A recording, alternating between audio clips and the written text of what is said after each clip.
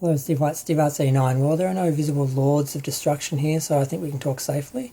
Okay, so Donald Trump has come out and directly threatened Mattel.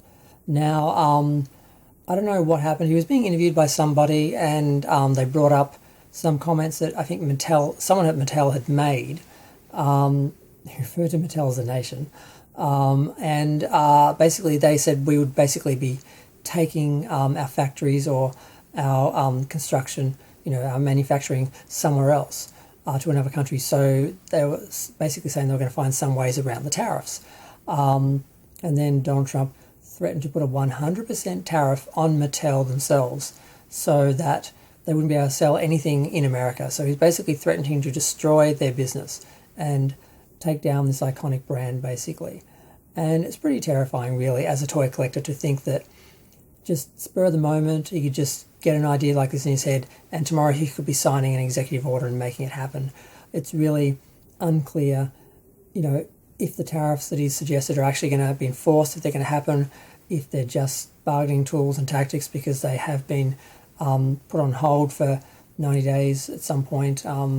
So there's no real way of telling what he's going to do, but he's capable of anything. And it's just really depressing because I was enjoying collecting action figures again. I'd stopped for years. And I mean, he's been on this for a while. He was going on about how, well, maybe your kid won't have 30 toys. Maybe they'll just have one expensive toy. And apparently they'll just have to sacrifice and, be happy about it. Like that they're, apparently the American people have to sacrifice for, to make America great again, So basically his kids won't go without anything, and they never have, but your kids should. To make America great again, your children should, go without, basically, is the message he's giving. And he kept using the example of dolls, and now he's specifically targeting Mattel. And it's pretty terrifying to think that a president could threaten a company like that and a company the size of that and, really try and damage it. There's already talk of, tariff fees and taxes and prices going up. There's, calls to put in pre-orders by certain dates if you want to get hold specific prices, and if you want them to stay, all this sort of stuff. There's accusations of some companies already putting prices up on items that are already in stock that they're not getting tariffs on.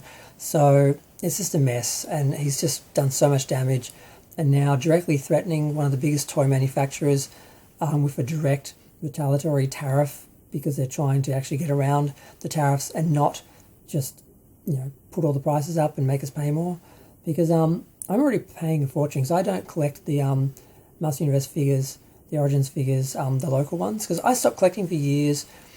When I was younger, a teenager, I sort of finished off my vintage collections as best I could. Then later on I got into some reissues and finishing off my collections from stuff on eBay, but then I sort of stopped. I didn't get into classics or anything like that.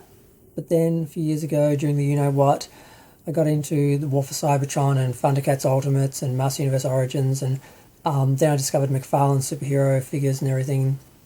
I've been really enjoying collecting action figures again. I had to put a lot of effort into it, a lot of money into it to catch up, but now I'm at the point now where I've got most of the figures I want.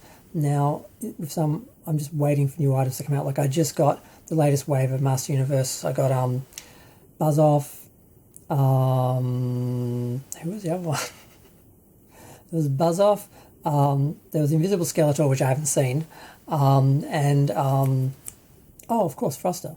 So I got them, but I waited ages for them. It seemed to take forever, and it's probably going to take forever to get Orko, Shadow Weaver, and Grizzlo, who are the next ones. But so that's where I was at, and I was happy with that. But now it's like, will I be able to afford to continue getting these? And will they continue making them? Because if collectors start cutting down because the prices go up, and lines start to become less profitable, people are buying less, they're costing more, are they just going to cut lines out altogether? Will they just cut them down? Will they try to actually cater to a more exclusive market where people are just buying one expensive item or something? Are they going to try and get around, or are they just going to just say, nah, too much, and just go into producing games or whatever, like they were talking about a little while ago?